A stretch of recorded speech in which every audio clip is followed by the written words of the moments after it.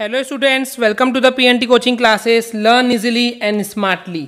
तो आज हम पढ़ने वाले हैं trends and variation in modern period table for the valency. तो जैसे कि स्टूडेंट्स पिछले वीडियो में हमने डिस्कस किए थे कि किस तरीके से मॉडर्न पीरियडिक टेबल को जो ट्रेंड्स अफेक्ट करते हैं उसकी एक लिस्ट देखे थे, जिसमें थे valence electron, valency, atomic size and the metallic and non metallic characters. Okay, तो ऑलरेडी हमने वैलेंस इलेक्ट्रॉन की जो ट्रेंड थी वो पिछले वीडियो में देख चुके हैं कि किस तरीके से अलोंग द पीरियड जो वैलेंस इलेक्ट्रॉन थे वो लेफ्ट टू राइट में इंक्रीज होते हैं, एंड वहीं पे अगर हम top to bottom column wise या ग्रुप वाइज बात करते हैं तो वो रिमेनिंग सेम रहते हैं। तो आज की इस वीडियो में बात करेंगे कि ये जो वैलेंसी है वो किस तरीके से इस मॉडर्न पीरियडिक टेबल के ट्रेंड्स एंड वेरिएशन को अफेक्ट डालती है।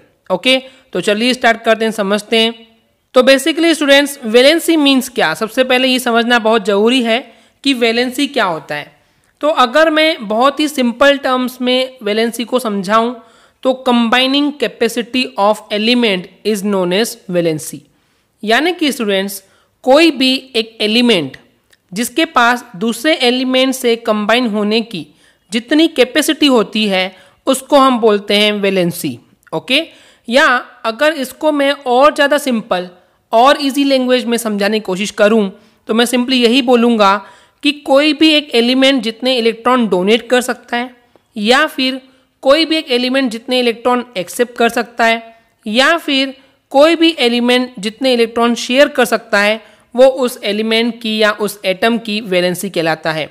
मान लीजिए स्टूडेंट्स एग्जाम्पल के तौर पर समझते हैं कि हमारे पास एक एटम है, मान लेते हैं उसका नाम कैपिटल ए यानी कि ए है, एंड उसका इलेक्ट्रॉनिक कॉन्फ़िगरेशन कुछ इस तरीके से है कि उसके आउटर मोस्ट ऑर्बिट पे जो नंबर ऑफ इलेक्ट्रॉन है वो 1 है।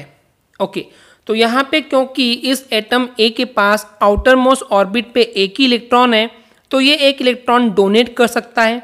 ओके, डोनेट करना उसके लिए बहुत ईजी होगा।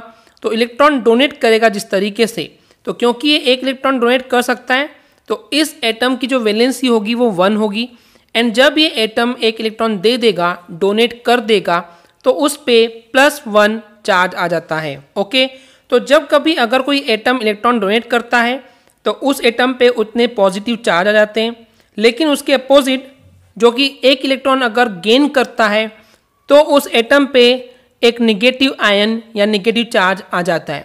सो ऑलवेज रिमेंबर स्टूडेंट्स कि जब कोई एक एटम एलिमेंट इलेक्ट्रॉन डोनेट करता है तो उस पर पॉजिटिव चार्ज आता है, एंड जब कोई एटम या एलिमेंट इलेक्ट्रॉन गेन करता है तो उस पर निगेटिव चार्ज आ जाता है। ओके, तो जैसे कि अभी हमने एक एग्जांपल देखे थे, एक एटम ए था जिसके आउटर मोस्ट ऑर्बिट पे एक इलेक्ट्रॉन था तो उसकी वैलेंसी 1 थी। वहीं पे मान लीजिए कोई दूसरा एक एलिमेंट बी है जिसके आउटर मोस्ट इलेक्ट्रॉन में आउटर मोस्ट ऑर्बिट पे जो नंबर ऑफ इलेक्ट्रॉन है अगर 2 है तो वो 2 इलेक्ट्रॉन डोनेट करना पसंद करेगा। ओके, तो उस पर 2 पॉजिटिव चार्ज आ जाएगा। ओके स्टूडेंट्स, तो इस तरीके से इस एटम की वैलेंसी 2 हो जाएगी। इसी तरीके से मान लेते हैं एक सी एटम है जिसके आउटर मोस्ट ऑर्बिट पे 3 इलेक्ट्रॉन है, तो वो सिंपली 3 इलेक्ट्रॉन डोनेट कर सकता है। तो इस तरीके से इस एलिमेंट या एटम सी की वैलेंसी 3 हो जाएगी। एक एलिमेंट डी है जिसके आउटर मोस्ट ऑर्बिट पे नंबर ऑफ इलेक्ट्रॉन जो है वो 4 है, तो ये एटम जो है डी वो 4 इलेक्ट्रॉन या तो डोनेट कर देगा, या तो 4 इलेक्ट्रॉन गेन करेगा, या फिर 4 इलेक्ट्रॉन शेयर कर सकता है जैसे कि कार्बन। तो इस तरीके से इस एलिमेंट डी की जो वैलेंसी हो जाएगी वो 4 हो जाएगी। वहीं पे अगर हमारे पास एक एलिमेंट है जिसके आउटर मोस्ट ऑर्बिट पे 5 इलेक्ट्रॉन है, तो स्टूडेंट्स जनरली अगर आउटर मोस्ट ऑर्बिट पे 5 इलेक्ट्रॉन होंगे तो 5 इलेक्ट्रॉन डोनेट करना टफ है, इंस्टीड ऑफ बजाय उसके कि 3 इलेक्ट्रॉन वो गेन कर लेगा। ओके, तो 3 इलेक्ट्रॉन क्योंकि वो गेन कर सकता है तो इस तरीके से इस एटम ई की जो वैलेंसी है वो 3 होगी। वहीं पे अगर हमारे पास एक एलिमेंट एफ है उसके आउटर मोस्ट ऑर्बिट पे जो नंबर ऑफ इलेक्ट्रॉन है अगर वो 6 हैं तो वो 2 इलेक्ट्रॉन गेन कर सकता है, तो इस तरीके से इस एटम एफ की वैलेंसी 2 हो जाएगी। ओके, क्योंकि वो 2 इलेक्ट्रॉन गेन कर सकता है। वहीं पे एक एलिमेंट जी है जिसके आउटर मोस्ट ऑर्बिट पे सपोज कीजिए कि नंबर ऑफ इलेक्ट्रॉन 7 है, तो वो एक इलेक्ट्रॉन किसी और एटम या और एलिमेंट से गेन कर सकता है।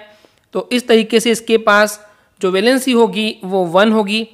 लेकिन वहीं पे अगर हमारे पास एक ऐसा एटम है जिसके आउटर मोस्ट ऑर्बिट पे नंबर ऑफ इलेक्ट्रॉन 8 है, तो वो इलेक्ट्रॉन ना तो गेन करेगा ना ही लूज करेगा एंड ना ही वो शेयर करेगा, क्योंकि वो मोस्ट स्टेबल है, जैसे कि नोबल गैस में हमको ये बिहेवियर देखने को मिलता है। ओके, तो ये तो हो गया कि वैलेंसी के बारे में स्टूडेंट्स। चलिए अब हम डिस्कस करते हैं कि ट्रेंड क्या होगा। तो मान लेते हैं स्टूडेंट्स कि अगर हम लेफ्ट टू राइट जा रहे हैं, यानी कि अलोंग द पीरियड बात कर रहे हैं, तो उस केस में क्या होगा, लेफ्ट टू राइट जाने पे जो ये वैलेंसी है वो किस तरीके से अफेक्ट होती है, चलिए देखते हैं। तो जैसे कि स्टूडेंट्स मान लेते हैं हम पीरियड सेकंड की बात करते हैं। जैसे लिथियम के पास जो वैलेंस इलेक्ट्रॉन है वो 1 होगा। ओके, लेकिन वहीं पे बेरिलियम की बात करते हैं जिसके पास वैलेंस इलेक्ट्रॉन 2 होगा। उसके आगे फिर बोरॉन है जिसके पास वैलेंस इलेक्ट्रॉन 3 होंगे एंड कार्बन के पास वैलेंस इलेक्ट्रॉन 4 होंगे। लेकिन नाइट्रोजन के पास देखिए, क्योंकि उसके पास आउटर मोस्ट ऑर्बिट पे 5 इलेक्ट्रॉन है, तो इसके वैलेंस इलेक्ट्रॉन कितने होंगे, 3 होंगे, फिर 2 होंगे, फिर 1 होंगे एंड 0 होंगे। तो मैं ये बोल सकता हूँ कि अगर along the period left to right अगर हम ट्रेंडिंग में जाते हैं तो वैलेंसी के पॉइंट ऑफ व्यू से पहले ये इंक्रीज होता है, फर्स्ट इंक्रीजेस होता है। कहाँ से कहाँ तक, नंबर 1 से लेकर के नंबर 4 तक के ये जो वैलेंसी है वो इंक्रीज होती है एंड उसके बाद ये डिक्रीज होते जाएगी अप टू द 0, यानी कि 4 के बाद 3, then 2, then 1 and then 0। Okay, clear है स्टूडेंट्स। वहीं पे अगर हम इस वैलेंसी के लिए टॉप टू बॉटम ग्रुप के लॉन्ग बात करते हैं तो इसमें कोई भी चेंज देखने को नहीं मिलता है, वो रिमेन सेम होते हैं। ऐसा इसलिए कि मान लीजिए हम एक ग्रुप ले लेते हैं जिसमें है हेलिना की रब से फरियाद, यानी कि फर्स्ट ग्रुप की बात कर रहे हैं हम। ओके स्टूडेंट्स, तो इन सभी ग्रुप में जितने भी एलिमेंट या एटम हैं उन सभी की वैलेंसी जो है वो 1 है, तो वो चेंज नहीं हो रही है, इसलिए रिमेन सेम रहेंगे। ओके स्टूडेंट्स, तो इस तरीके से वैलेंसी का ट्रेंड काम करता है इस मॉडर्न पीरियडिक टेबल पे। आई होप आपको क्लियर हो गया होगा। अगर आपको हमारी वीडियो से कुछ भी सीखने मिला या नॉलेज मिला तो प्लीज़ हमारे चैनल को सब्सक्राइब कीजिए एंड वीडियो को लाइक ज़रूर करें। आज के लिए इतना ही, थैंक यू।